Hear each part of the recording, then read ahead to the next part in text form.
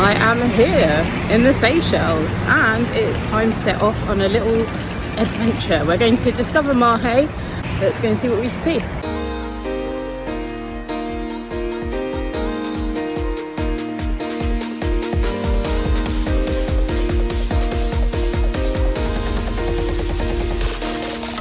Let's cut to the chase. We both know why you're here, to see the best of Mahé. Seychelles is a beautiful slice of paradise in the vast Indian Ocean, and Mahé sits at the heart of it all. And what's not to love about the many opportunities for snorkeling and hiking your way around the island, beautiful beaches and the smallest capital in the world, Victoria. I'm Juliana from The Discoveries Of, and today we are exploring the top things to do in Mahé in the Seychelles. P.S. This is one of several videos I'm doing from my most recent trip to the Seychelles. If you want broader Seychelles travel tips, you should go and check this guide out, or if you want to see what it's like staying on a 5-star private island hotel, watch this video. Don't forget to like and subscribe for more travel adventures and practical tips. Okay, let's go. Arrived in the Seychelles and we've headed off on a little tour to go and discover the best of Mahé today and Eden Viewpoint. I mean, literally 2 hours ago I was on the plane, very short runway FYI, and now look at this, stunning. I am so excited about the next week. It's going to be spectacular.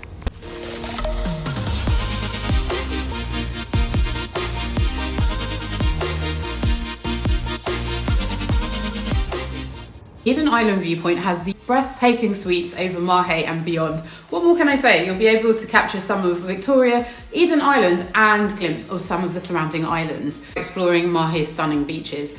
Beach hopping in the Seychelles is a must-do, so it should come as no surprise that it's one of the top activities in Mahé. Why? Because Mahé's beaches are stunning, which is a complete undersell. Glistening white sand, towering palm trees, translucent turquoise waters. I'll forgive you for thinking that you've landed in heaven. Beauvalon is a popular choice among beachgoers for its lively atmosphere and the ability to bring locals and tourists together. Grand Anse Beach, Anse Royale and Carana Public Beach are also beautiful beaches you should definitely check out.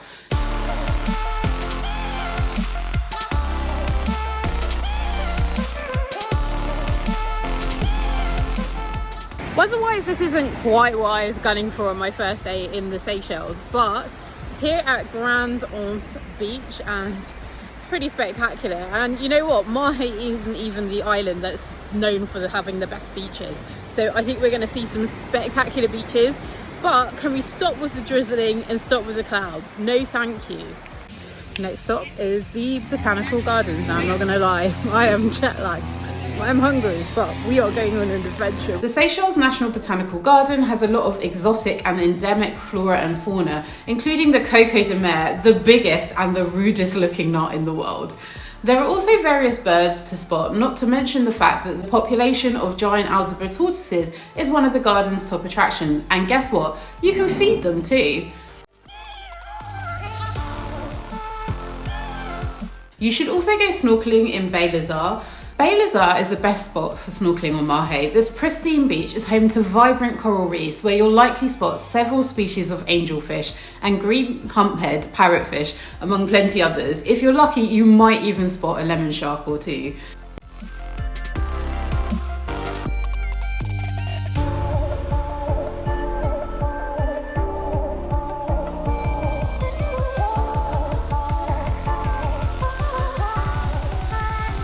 You have to tour the Takamaka Rum Distillery. Seychelles relies quite heavily on imported goods, but luckily for my rum chums out there, it has its own distillery. The Takamaka Rum Distillery is open to tours and tastings, and as far as I'm concerned, is an absolute must during your time on Mahé Island. Yeah, you're sipping rum, and these are the 4 rums that we have here aging on the property.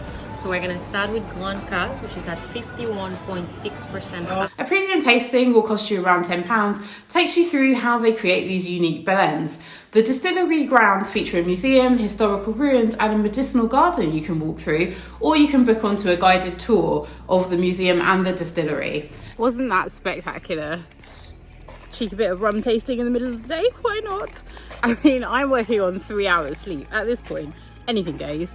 I don't know what time it is. I don't know where I am. Well, Seychelles. But yeah, that was wonderful. Let's carry on. Next up is spending some time exploring Mahe's capital, Victoria. Now, Victoria doesn't offer that much to see, but you should pop into the Central Market for an immersive cultural and foodie experience.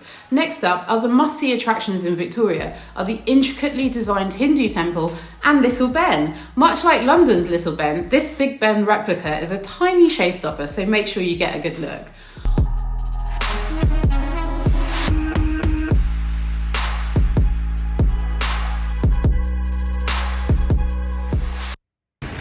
Just behind me is Little Ben. Now this is a replica, a small scale replica of Big Ben, but obviously in the Seychelles.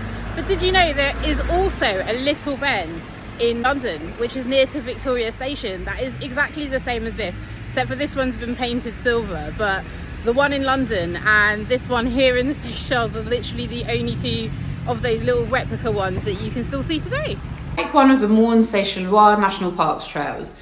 Get your hiking gear ready, you are about to hike in the most jaw-dropping setting. Morne Seychellois National Park is a vast, camera-worthy spot with several official trails to suit every kind of hiker. You should also visit Sauzia Waterfall, take a relaxing dip at the waterfalls to cool off and refresh. While you're here, you can also take some time to explore one of the many hikes near the waterfall. Alright, so now you know the top things to do in Mahé, I'm going to hit you up with some practical tips for exploring the island. If you want to know where to stay in Mahé, I would recommend the Four Seasons Bay Lazar if you're looking for a luxury property. The hotel sits on one of the island's most stunning beaches, Petit Anse, and is pretty much flawless.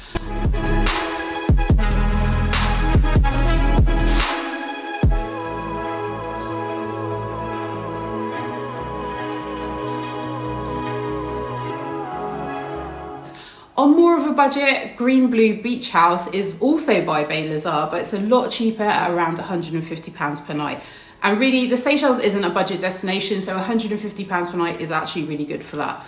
How long should you spend in Mahé? You need about 3 days to explore the beaches and the main attractions of the island. If you have more time, I'd recommend going to islands like Praslin and the Digue to see a different side of the Seychelles. When's the best time to visit? For the calmest weather conditions, you should visit Mahé in April through to May and October through to November to avoid the two trade winds. How should you get there? Well, it's actually pretty easy to get to Mahé. It's the first place you land when you are flying into the Seychelles International Airport. So you can fly with Qatar, with Emirates and other airlines. Don't forget to subscribe to see more of my Seychelles travel videos and discover more cool destinations for your next adventure.